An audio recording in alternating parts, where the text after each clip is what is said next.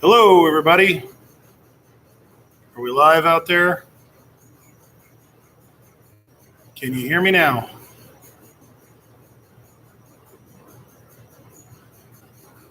Hey, Justin. Wow, this looks a lot different than it did last week.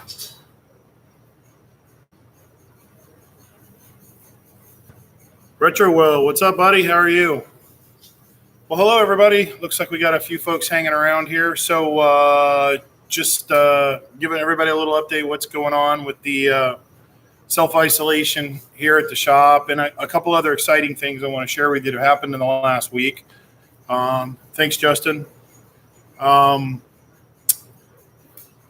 succometer to the maximum is exactly what popped into my mind when I was trying to think about what to call this, because this self-isolation thing, man, it really sucks. And I got to be honest, like the first couple of days, like, it won't be too bad. I'll be down in the shop, I'll keep myself busy. And then I miss my kids and I miss my wife and I miss home and I miss the routines. So it definitely sucks. But, the squeeze is definitely worth the juice to keep the family safe. There's a lot of things that go through your mind when you're away from your family. I know they're right up behind that wall about 200 yards in the house. And they're probably watching live. And I can see Bo, my son Bo, he's watching live. If Jesse, if you're watching, buddy, he's my little one. Hi, bud. You too, Luke. Yeah. Yes, somebody said I need a beer. Well, I'm not a beer drinker, but I definitely need a drink, something a little different than water. But it's good for you. So what we've been doing this week since the last live stream, for those of you that are the first time joining the live stream, let me explain. I have voluntarily self-isolated myself to the shop because my full-time job is an engineer paramedic for the fire department. I am the paramedic on the rig, so I'm the first guy to go in to assess a patient. And that puts me kind of getting exposed. Although I do wear PPE, it still kind of sucks, and it puts my family in that position. James Gorman says, this too shall pass. Yes, my friend, it will, but for now, I have to keep my family safe, and that's the utmost importance to me. So I'm on self-isolation here in the shop. I'm very blessed. The back of the house has a pool bath and bedroom area that's separate from the house. So we can close the door and separate that from the house. So that's my living domicile. I'm not living here like Justin did. Justin lived in his shop, not in my shop. Justin lived in his shop. Justin from Good of the Land, to keep Amy safe. Good job, by the way, buddy. I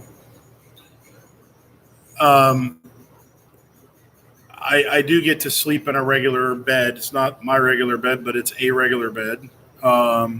And I do get to sleep not in this environment. What does suck, and it's, of all the things to really complain about, it's hot here right now. It's probably 95 today, and there's just no reprieve like to get out of the heat. I have a fan here in the shop, so I can get some rest. But in the afternoon, it got pretty long today.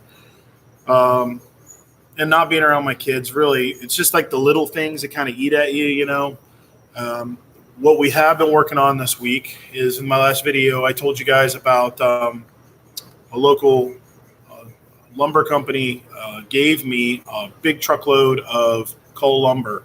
So the twisted boards, the ones with knots and splits and things that forklifts have hit and whatever, they gave me a huge load of materials for my kids while they're here to build a tree fort. So we're going to have like construction class, right?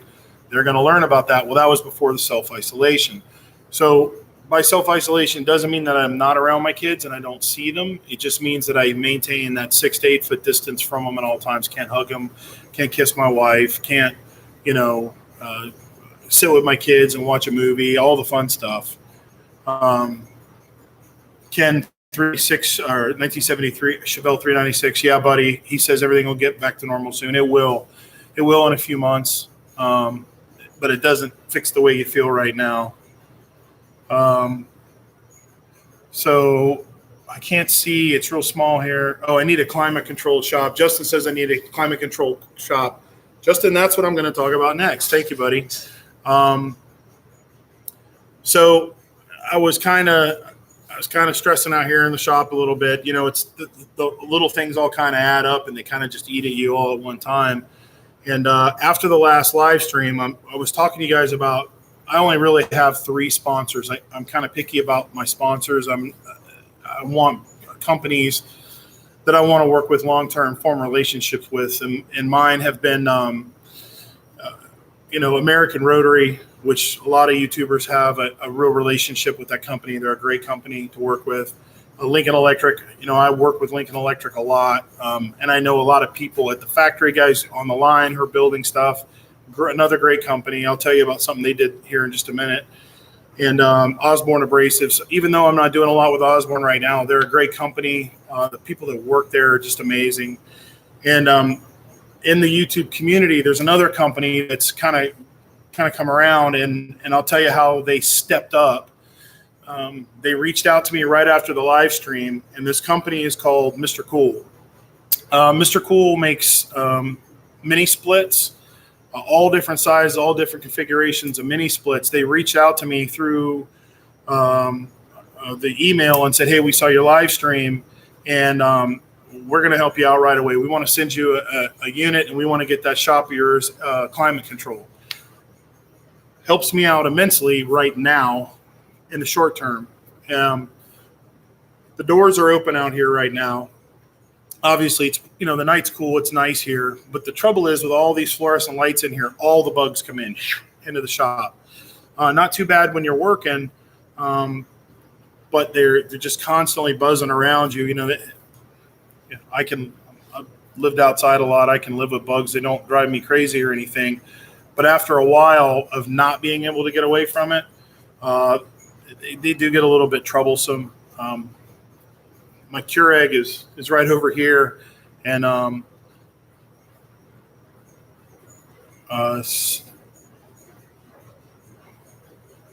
sorry, somebody just put here, I'm in New York, New Jersey.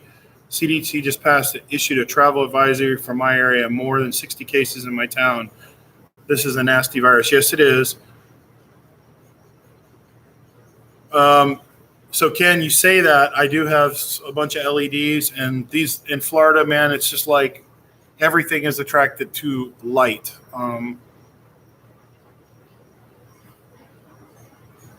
Trying to read some of the stuff. Sorry, it's real small on this particular screen.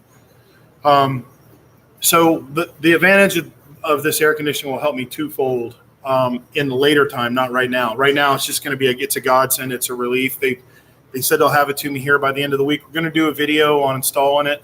These are DIY AC, so you don't have to gas them.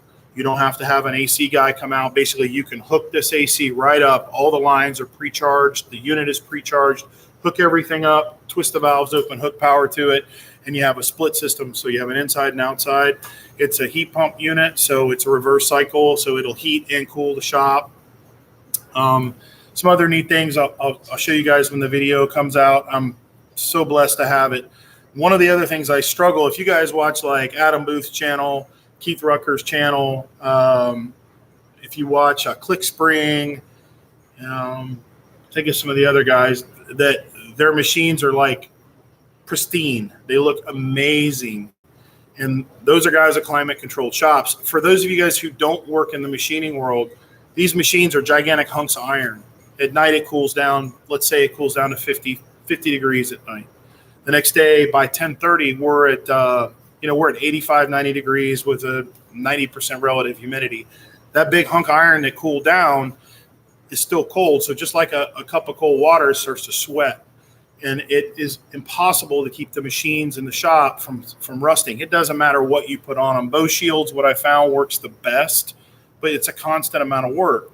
So that'll allow me to keep this shop climate controlled, or at least humidity controlled. I'm not going to keep it cold in here, but I will be able to keep that humidity at a more reasonable level. Now, eventually, I'd always plan on doing it here, but I don't have any insulation. This is open truss, so that's something I'm going to have to look for in the future. But for right now, for the immediate moment, it'll allow me to come in here, get some reprieve from the heat, and sit in here in the evening, watch some YouTube, watch my fellow YouTubers, and not get eaten alive by the skeeters. I'm trying to read what some of the folks are writing here.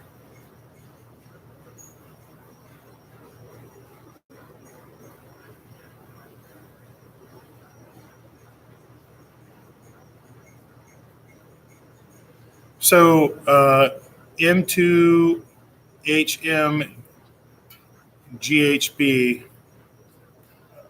somebody has serious asthma issues. I don't know what you're talking about stocking up because I haven't been able to watch your feed. Let's talk about that for a minute. So we still have the same number of butts to wipe that we had before. We still have the same number of people to feed that we had before. And then everybody feels that fear. Some of it's been exacerbated by the media. Some of it is a natural fear of the unknown, and we want to buy a lot of stock of stuff so that we're safe. That, if we run out, we have the extra. I got to be honest with you. If everybody just moderates that extra amount and just gets a little bit more than you think you need, because the stores are still, you can't be picky, but there's still food in the store. Toilet paper, that might be another issue in parts of your world, but we've been wiping butts for millennia here, or millions of years really on this planet. We can figure it out if we have to for a short time. Everybody just take a breath. We're going to get through this. Just like Ken at 1970, Chevelle 396 said, this too will come to an end. It'll be okay. We're going to get through this together, especially if we help each other out. Let's talk about what we've been working on here at the shop. And then I'll talk a little bit about some work stuff on the professional fire side.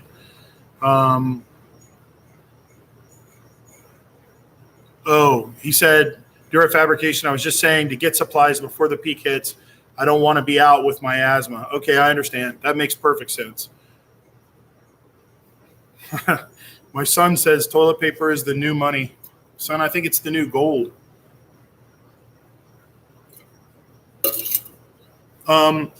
So I was telling you guys about the local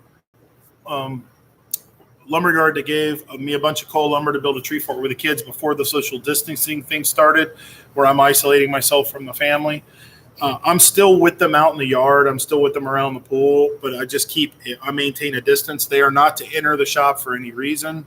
My side-by-side that I use, I hear like a little pickup truck. I got spray bottle, cans of pump-up sprayers with herbicide and all the other bleach water and everything that I use around here. They're not allowed on that. My wife has her own side-by-side. They use that. Usually whoever needs to go somewhere jumps on one. But so I've created a barrier. They can't get in my pickup truck. They can't get on the tractor. My kids are with me on the tractor every day, especially the baby. Jesse loves to ride on the tractor with Dad, and it's killing me that he can't be on there with me right now. But again, this too shall pass. So when we go out to the tree fort, we're working on this tree fort. They just can't be right up on me when we're working. What we worked on this week is all the lumber was yellow pine and a little bit of fir. Most of it was yellow pine, and it was pretty weathered yellow pine, pretty dry stuff. And out in Florida, the wood boring bees, some people call them carpenter bees. If you don't have them in your part of the world, wherever you are, it's a bee that drills a hole in a piece of wood, and they'll just drill holes, make the piece of wood look like Swiss cheese. Similar to termites, but it's it's about 3/8 of an inch diameter hole, and they just go all through the inside of the wood. It weakens the wood, eventually causes failure because water, moisture gets in. And none of this stuff is pressure treated. So what I did for the structure part of this tree fort is I took some diesel motor oil, used diesel motor oil. Now, those of you guys that are farmers that have worked on a farm or helped out somebody with land, this is nothing new. We've been doing this for years. You take that diesel motor oil and you cut it with just a little kerosene or a little bit of diesel fuel, and then you just roll it like paint onto the piece of wood. And everyone goes, oh my God, it's going to catch on fire. It literally sucks in just like stain would if you're staining a piece of wood. It's dry in a matter of minutes typically.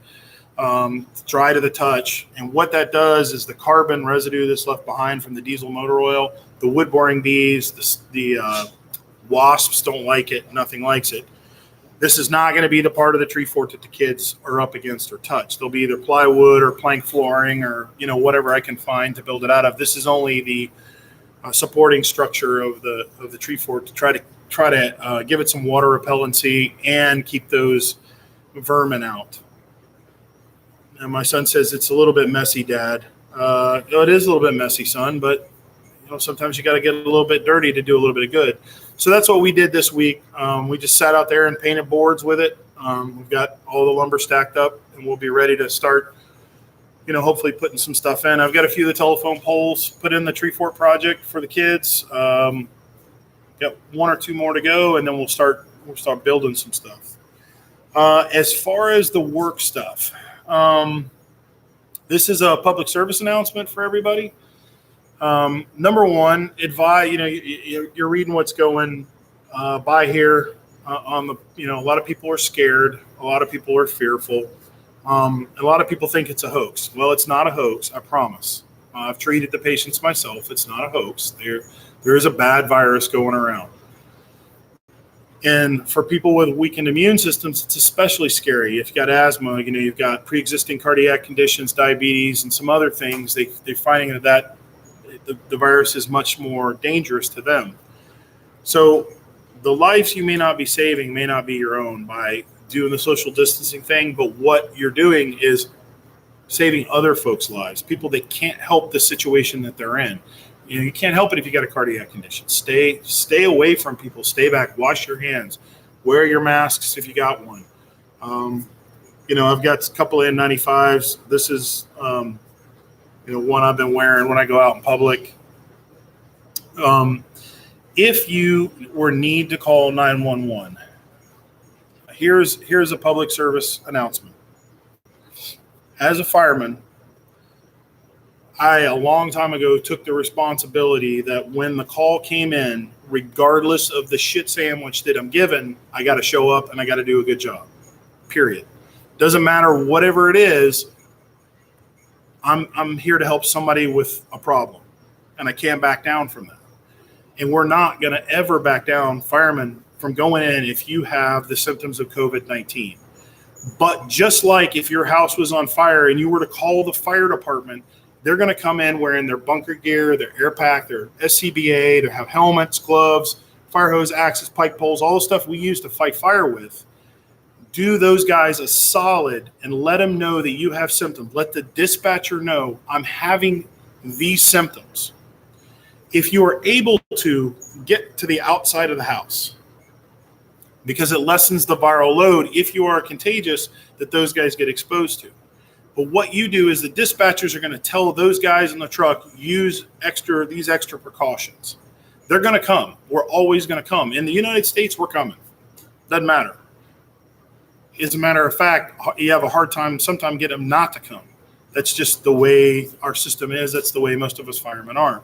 But be sure to always be honest with the dispatcher. We ran a call recently where somebody was injured, not because of the virus, but they were afraid to tell the dispatcher, hey, look, I have these symptoms, because they thought we wouldn't come to help. We are coming to help, but let us protect ourselves and our families by letting folks know about those symptoms.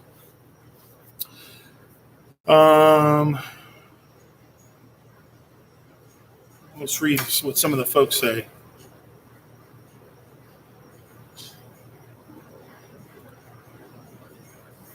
Coleman's quest for the hunt.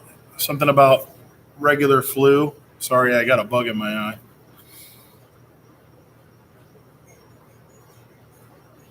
Hey, Mark, how are you doing, buddy? Good to see you out there. It's my buddy Mark Brozak. Matt Stewart says, my wife is asthmatic, therefore I go solo into town for necessity supplies. I wear nitrile gloves when using their touch screens at the store.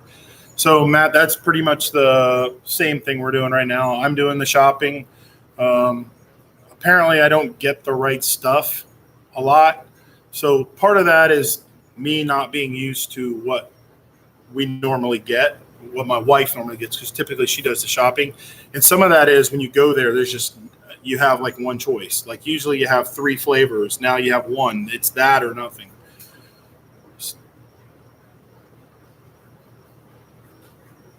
Uh, Parisian Gorilla says great info about the 911 calls. Good, man. I hope you'll pass it on to other people.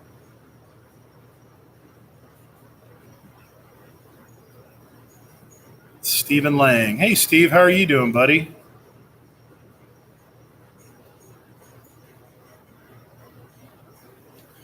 So I see there's a lot of folks out there chatting away. I hope you guys are having a good time tonight.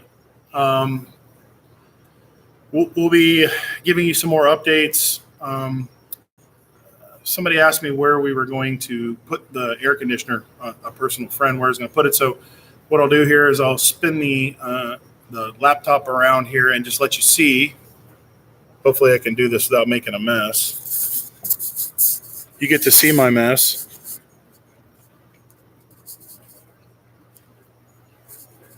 So if you see over there where the American flag is, it's going to go on the wall between those cabinets. And then what I'm going to probably have to do is put the American flag hanging in the middle of the shop, just like we have it in the fire station. So we have it just hanging from the rafters in the middle of the fire station. So I'm going to have to come up with something like that because I'm kind of out of wall space here. I don't have a lot of wall space because, as you can see, I have cabinets for storage here.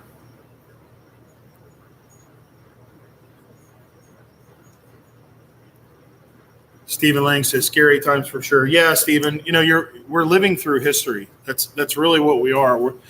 Our grandparents lived through World War II or the Great Depression, or depending on how old you are, you heard the different stories through your grandparents' time. This is, I was on duty at the fire station when the planes hit the World Trade Center. I was in the kitchen going, "Hey, looks like New York's got an all-call box alarm for the World Trade Center," and we all came running in, and we see it, and then we see the other plane hit. We watched history be made that day.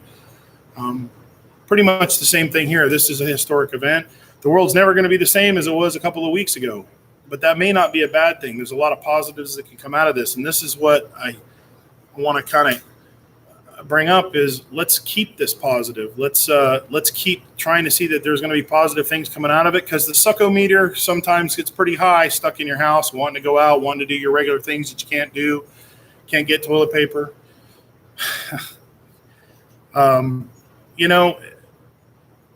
It's going to be all right. We're going to get through this together.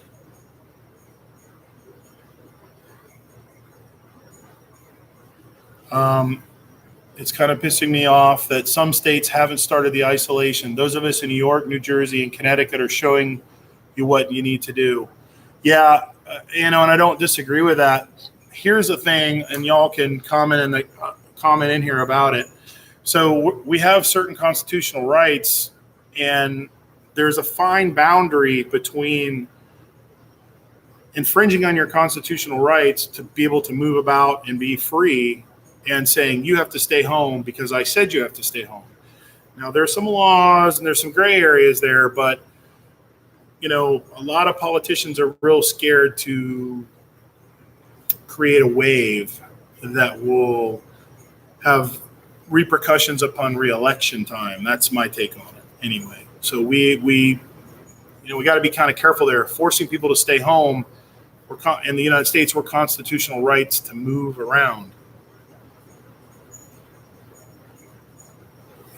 Dewey Fabrication, I watched the dust and smoke plumb from my front yard in 9/11. Nothing says real like an AH-1Z chopper with a full load of missiles on the rails going over your house at 200 feet. Agreed. And that same day, a whole lot of my fellow firemen paid the ultimate sacrifice going in trying to get people out of that building. So different view, but you're right. It was nothing as the same as that day.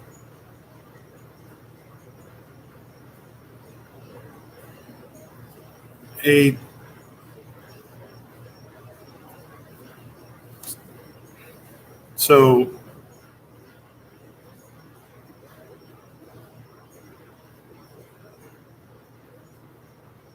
Hey, Justin, if you're watching, can you take care of that for me? Dilly Dally Machine and Welding Services election year. Yeah, well, there's a lot of elections going on, that's for sure. So I think I'm going to end kind of with the same message I did last week. I'll give you an update here in another, I don't know, 4 or 5 days to what we're going, where we've got. A couple things we're going to be working on here. I plowed the backfield. This was before all this started. Trying to level the backfield to fence it in so the kids can do a 4-H FFA animal. We're going to fence that backfield in. We broke ground for our garden. That'll get turned again probably this next week coming up sometime. It's stuff that I can do, outside. The pergola project, which if you guys haven't already watched the pergola project, we're making pretty good headway on that. Probably get I got about a day's good solid day's worth of work. I'll probably try to throw that in there. Didn't want to do it today because it's 90, 95, 96 today is brutal. I just don't want to be up on a roof if I don't have to.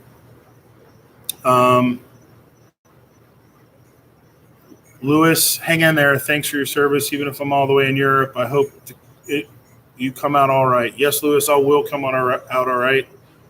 We all will. We just keep on keeping on, like my granddaddy used to say. We'll give you an update probably next week sometime on how I got along on those projects and the tree fort project. Try to keep the kids busy during the day. Give my wife a little relief because it's in and out with 3 boys. I'm hungry. I got to go to the bathroom. So take them out in the hayfield and just keep them busy.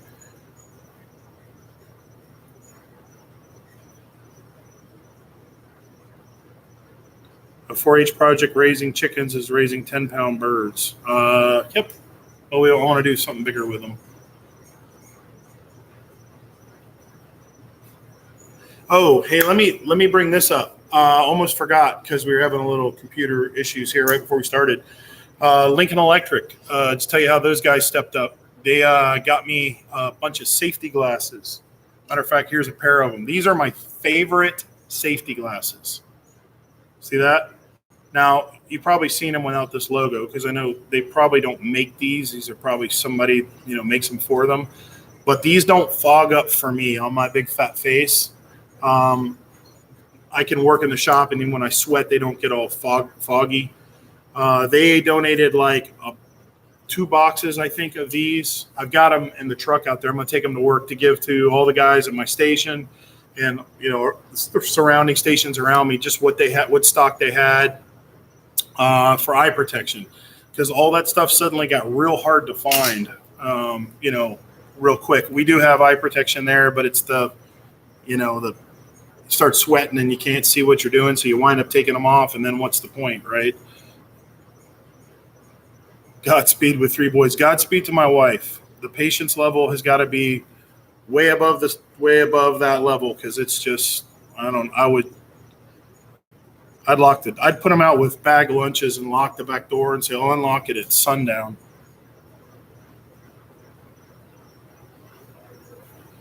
Well, guys, I think I'm going to sign off saying kindness goes a long way.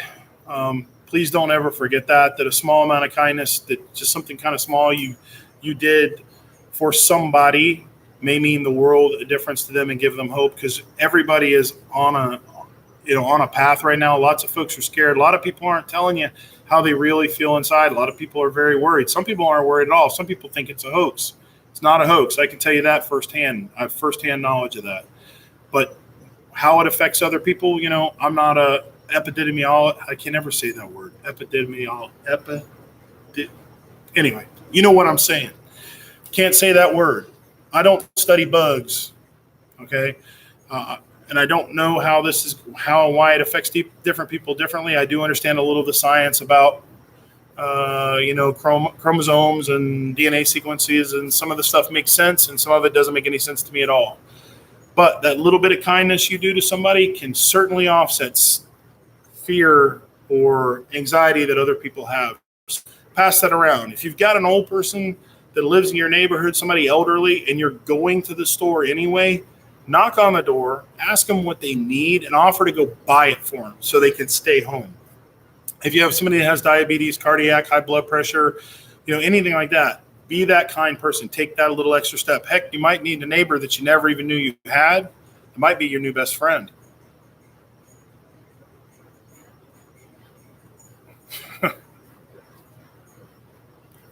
Well, everybody, we're going to do another live stream coming up. I appreciate you guys all hanging out. I think I'm kind of getting that there's a lot of you guys are enjoying talking back and forth with each other.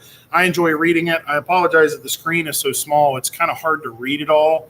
And you guys are making a lot of comments, so it's sometimes it's scrolling kind of fast. But we'll do this again. We'll all hang out together. I enjoy y'all coming around the shop. If you haven't already watched some of my older videos, you're looking for something to do, we built some pretty cool stuff there in the past. If you haven't watched the cannon build, we built a cannon that shoots a golf ball like a mile, like literally. My